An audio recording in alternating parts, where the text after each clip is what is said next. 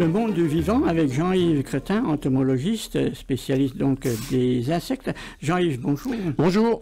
La semaine passée, on a parlé des myrmicophiles, c'est-à-dire les amis des fourmis. Des lycées myrmicophiles. On était encore dans les papillons la semaine dernière. Alors cette fois-ci, on change de fusil d'épaule, les mécoptères. Alors c'est quoi ces bestioles-là? Alors, dans la classification, on arrive au bout, entre guillemets, de la classification chez les insectes. Donc, le groupe des mécoptères, on arrive à rassembler les trichoptères qu'on a vus, hein, ça ressemble à des papillons, mais qui ont les ailes poilues. Les papillons, ces fameux mécoptères, les puces, qui sont rassemblés, ça paraît comme ça extravagant, mais les puces, et puis les diptères. Donc ces groupes-là appartiennent à une grande famille. C'est pas une famille, à un ensemble.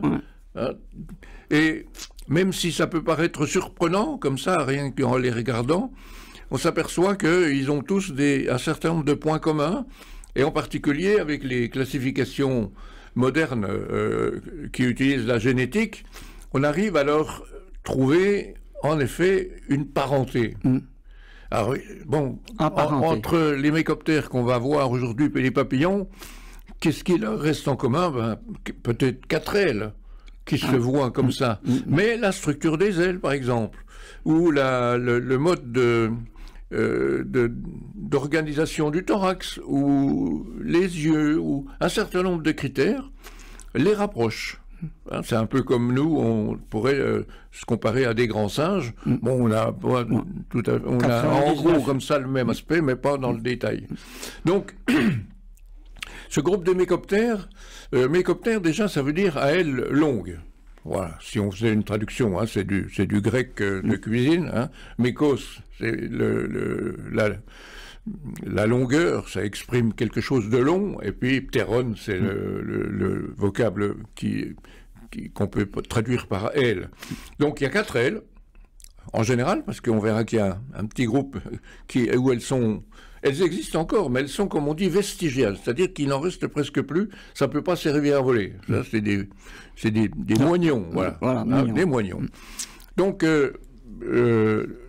chez ces mécoptères, le critère, c'est une sorte de...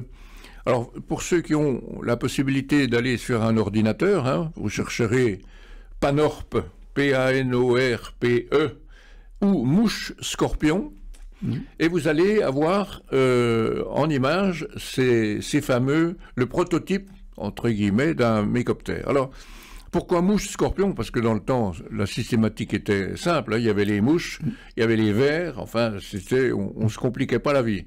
Puis scorpion, pourquoi? Eh bien, parce que le mâle a une sorte d'appareil reproducteur à l'extrémité de l'abdomen, qui est relativement renflé, et puis l'abdomen est relevé, ça fait éventuellement penser à un scorpion. Ça n'a évidemment pas du tout la même logique. C'est un peu comme les staphylas. Visuellement, le mâle en tout cas, parce que la femelle n'a pas ça, hein, elle a un ovipositeur qui lui permet de pondre dans le sol, le mâle a comme ça un faciès un peu de scorpion. Alors, la tête porte des pièces buccales qui sont toutes petites, mais au bout d'une sorte de bec. On appelle ça un rostre. Hein, vous verrez donc des grandes antennes, des gros yeux. Ce sont des petits chasseurs, hein, des gagnes petits, quoi. Hein, c'est pas des chasseurs efficaces comme un carabe ou d'autres insectes prédateurs, mais une sorte de bec qui prolonge la face.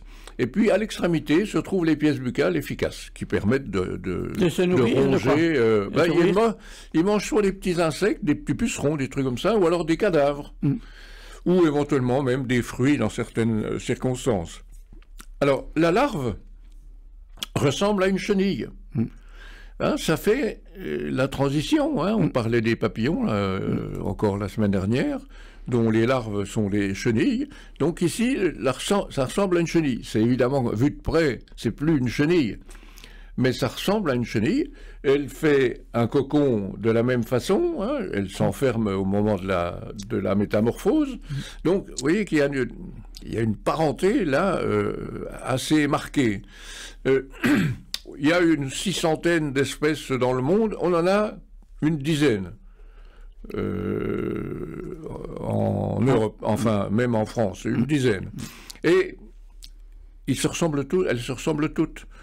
On verra, si vous feuilletez sur l'internet, hein, on verra que ce sont les taches des ailes, la forme de la tête, la forme du cou, enfin un certain nombre de détails qui font les différences entre les espèces. Mais globalement, elles sont toutes semblables, elles ont toutes à peu près la même biologie. Et il y a une assez nette différence avec un autre tout petit groupe, alors, de quelques espèces. Je crois qu'il y a 2 espèces en France, dont une qui est connue dans le Haut-Doubs, qui est connue dans les Hautes-Vosges, et qu'on appelle un boréus. Alors bon, j'ai pas d'autres mots à vous fournir, hein, boréus. Alors c'est la même chose qu'une panorpe, mais ça fait 3 mm de long, 4 mm de long, alors que la panorpe faisait un bon centimètre. D'accord. Donc on est au bout du rouleau là, je pense. Voilà, on est au bout du rouleau. On finira Merci Jean-Yves. les panorpes, les mécoptères la prochaine fois. Merci Jean-Yves.